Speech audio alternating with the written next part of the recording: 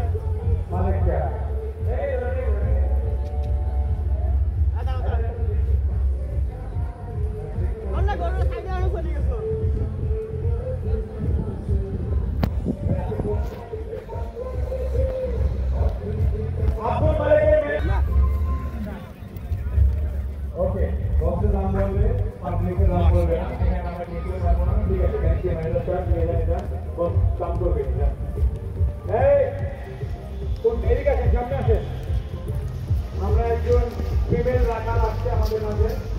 উনি অনেক বড় একটা খামার নিজেই পরিচালনা করেন।